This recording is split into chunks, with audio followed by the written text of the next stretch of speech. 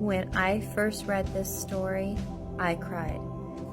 Let me tell you a story about the fool. He starts his path off and he is looking out over the mountaintop, so excited, with a little bag connected to the stick over his shoulder and his happy dog ready for the venture ahead. The fool heads on his journey and meets the magician.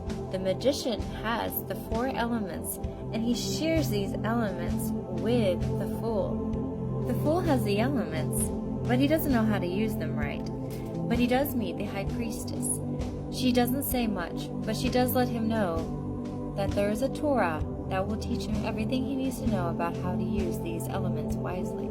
As the fool continues on his journey, he meets someone like his mother. It is the Empress, teaching him about life and love and compassion. She also shares the secrets of creation with him.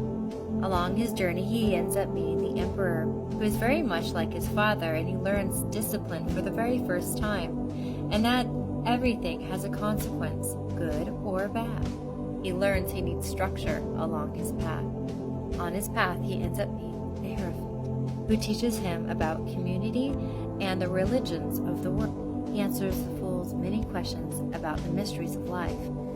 Now, the fool, older and wiser, believes he knows exactly where he wants to go.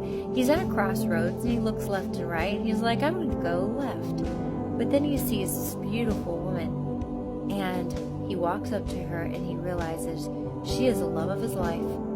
Now they choose a new path together. On his journey, he ends up meeting a man on a chariot. This man ends up teaching him about strength and ambition, and that willpower and focus are important. And as the chariot rides off into the sunset, the fool understands about how to achieve success in life. On the journey, the fool meets a woman holding on to a lion's mouth.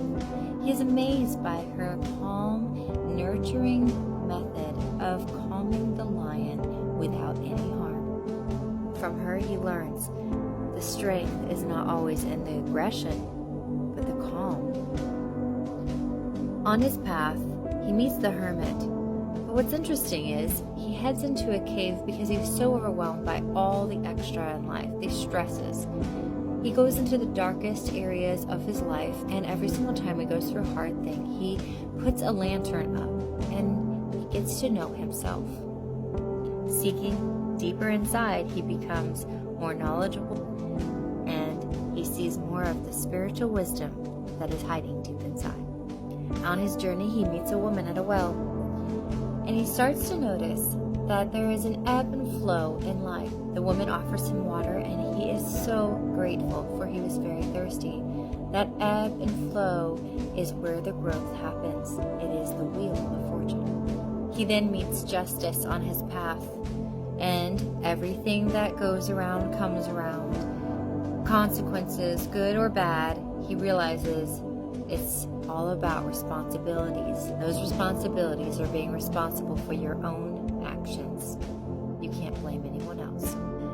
As he's walking along, he comes across a tree and a coin hits him in the head. And he looks up and there is a man hanging by one leg. And he says, "What are you doing?" And the man said, "Sometimes you have to go upside down to get a new perspective in life." So what do you think the fool did? He climbed the tree and hung upside down to see the world from a different view. The fool ends up meeting death on the road. Very scared that death was for him and coming quickly, but he was wrong.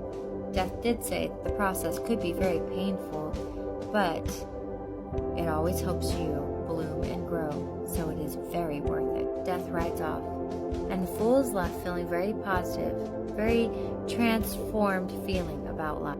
The fool comes across an angel who is mixing all the elements together. He asks the angel why she's doing this, and she responds that all things are brought into balance with patience, wisdom, and effort. Lo and behold, he meets the devil. The devil has 2 people chained at the bottom at his feet. Oh, the fool knew for sure he didn't want to be a part of that. And the devil said, "They are here willingly. They could get out at any point. These chains are not locking them down." The devil does let him know that there's no shame in having desires, but it's also knowing how to temper them and use them with control. On his path, he sees a beautiful tower. It's so gorgeous. He's so excited to look at this beautiful structure, and then lightning strikes. Fire is coming out of this beautiful tower, and people are jumping out of the windows. He realizes that the tower resembles life and all the challenges he's gone through, and that the only thing left to do is rebuild.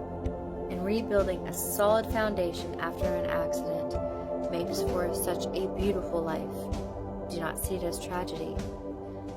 The fool does feel very, very scared and a little upset about the tower itself, and he sees a woman at the well getting water. This is the star, and he asks her why she's doing this, and she says it's so that she can give water to the travelers along the road. He also takes a drink of water and starts to feel that hopeful, optimistic feeling about life again. Guided by the stars, the fool continues his journey. As the moon rises, it illuminates the path as he passes between two trees, and suddenly he finds himself in a strange land.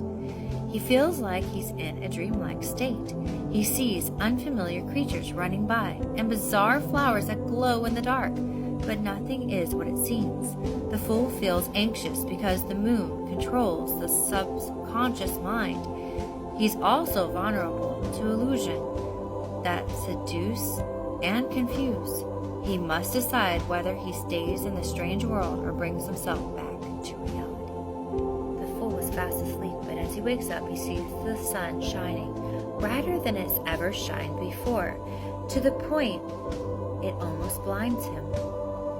As his eyes adjust to the brightness, he sees a young kid playing nearby. The child waves at him and asks him if he wants to play, so the fool walks over.